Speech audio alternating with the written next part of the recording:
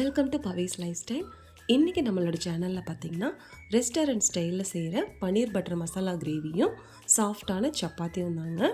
வாங்க ரெசிபி எப்படி செய்யலான்னு பார்க்கலாம். சப்பாத்திக்கு பார்த்திங்கன்னா நம்ம வீட்டில் இருக்கிற கோதுமை மாவு தான் எடுத்திருக்கீங்க. மாவு பார்த்திங்கன்னா நான் ஆல்ரெடி சளிச்சிட்டு தான் ஸ்டோர் பண்ணி வச்சுருக்கேன், அதனால் அப்படியே ஆட் பண்ணியிருக்கீங்க. இப்போ தேவையான அளவு உப்பு, கொஞ்சமாக கடலை எண்ணெய் சேர்த்துட்டு நல்லா வர மாவை கிளறி விட்டுக்கலாங்க. அது கூடவே நல்லா கொதிக்கிற சுடு தண்ணிங்க கொஞ்சம் கொஞ்சமாக ஆட் பண்ணிவிட்டு ஒரு ஸ்பூனை வச்சு கிளறி விட்டுக்கோங்க. சூடு கொஞ்சம் குறைஞ்சதுக்கப்புறமா கை வச்சு நல்லா பிசைஞ்சிக்கோங்க.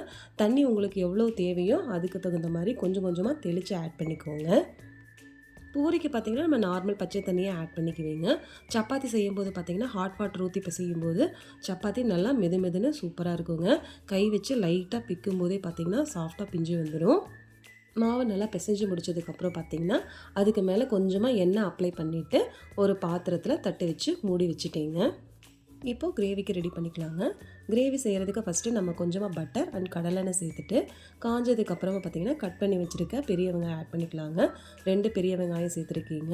அது கூடவே முந்திரி ஏலக்காவும் சேர்த்துட்டு வதக்கிட்டு கட் பண்ணி வச்சுருக்க தக்காளியும் போட்டுட்டு நல்லா வதக்கிக்கலாங்க. நல்லா வதங்கினதுக்கப்புறம் ஆற வச்சு அரைச்சோன்னா நம்மளோட மசாலா பேஸ்ட்டு ரெடி ஆகிடுங்க. இது கூடவே கட் பண்ணி வச்சுருக்க இஞ்சி பூண்டு கூட ஆட் பண்ணிக்கலாங்க. ஆல்ரெடி இஞ்சி பூண்டு பேஸ்ட் எங்கிட்ட இருக்குது, அதனால நான் அதை இப்போ ஆட் பண்ணிக்கலைங்க. மசாலா பேஸ்ட்டு பார்த்திங்கன்னா நல்லா ஃபைன் பேஸ்ட்டு அரைச்சி எடுத்துக்கோங்க, அப்போ தான் கிரேவி நல்லாயிருக்கும். அடுத்ததாக கிரேவி செய்கிறதுக்கு பார்த்திங்கன்னா ஒரு பேனில் பட்டர் அண்ட் கடலெண்ணெய் சேர்த்துருக்கீங்க. நீங்கள் எண்ணெய் சேர்க்க விருப்பம் இல்லைன்னா ஃபுல்லாகவே பட்டர் ஆட் பண்ணிக்கோங்க. எண்ணெய் நல்லா காஞ்சதுக்கப்புறமா பார்த்திங்கன்னா அது கூட ஒரு பிரியாணி இலை சேர்த்துருக்கீங்க.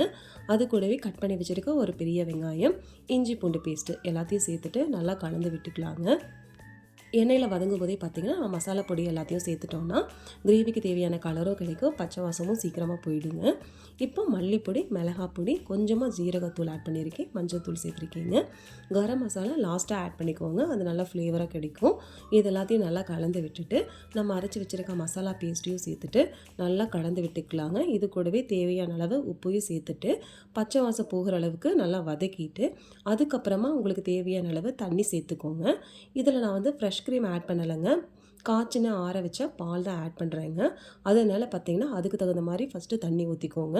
ஏன்னா பாலில் தண்ணியாக தான் இருக்கும், அதனால் அதுவும் ரொம்ப தண்ணியாக போயிடும், அதுக்காக சொல்கிறேங்க. கொஞ்சமாக சர்க்கரை சேர்த்துருக்கேன், லைட்டாக ஸ்வீட்னஸ் இருந்தால் இந்த கிரேவி நல்லாயிருக்குங்க. நம்மளோட இந்த பன்னீர் பட்டர் மசாலா கிரேவிக்கு பார்த்திங்கன்னா மில்கி மிஸ்டர் பன்னீர் தாங்க யூஸ் பண்ணுறோம். பன்னீரை நல்லா க்யூபாக கட் பண்ணிவிட்டு நான் அப்படியே தான் ஆட் பண்ணுறேங்க, ஃப்ரை பண்ணி போடலை. ஃப்ரை பண்ணால் ஹார்டாக இருக்கிற மாதிரி எனக்கு ஒரு ஃபீல் ஆகுது, அதனால் நான் அப்படியே எப்போவுமே ஆட் பண்ணிக்குவேங்க. கிரேவி நல்லா கொதித்து பச்சை வாசம் அடங்கினதுக்கப்புறமா பார்த்திங்கன்னா நம்ம கட் பண்ணி வச்சுருக்க பன்னீர், கஸ்தூரி மேத்தி சேர்த்துட்டு 10 நிமிஷம் நல்லா மூடி வச்சு சிம்மில் வச்சு இறக்கணுன்னா நம்மளோட பன்னீர் பட்டர் மசாலா ரெடி ஆகிடுங்க. பன்னீர் ஒரு துளி கூட உடையாதுங்க, அப்படியே தான் இருக்கும். இந்த பன்னீர் பட்டர் மசாலாவுக்கு பார்த்திங்கன்னா கடைசியாக இறக்கும் போது கொஞ்சமாக பட்டர் ஆட் பண்ணிவிட்டு இறக்கணுன்னா இன்னுமே அந்த பட்டரோட ஃப்ளேவர் சூப்பராக இருக்குங்க. கிரேவி முடிக்கிற கேப்பில் பார்த்திங்கன்னா நம்மளோட சப்பாத்தி மாவு நல்லா ஊறிடுச்சுங்க. இப்போது நம்ம சப்பாத்தி போட்டு எடுத்துகிட்டு சாப்பிட வேண்டியது தான். நம்மளோட இந்த பன்னீர் பட்டர் மசாலா ரெசிபியை ஃபுல்லாகவே பார்த்துருப்பீங்கன்னு நினைக்கிறேன். எல்லாருக்குமே பிடிச்சிருக்குன்னு நினைக்கிறேங்க. பிடிச்சிருந்தால் ஒரு தடவை ட்ரை பண்ணி பாருங்கள், எப்படி இருக்குன்னு கமெண்ட் பண்ணுங்கள். தேங்க்யூ.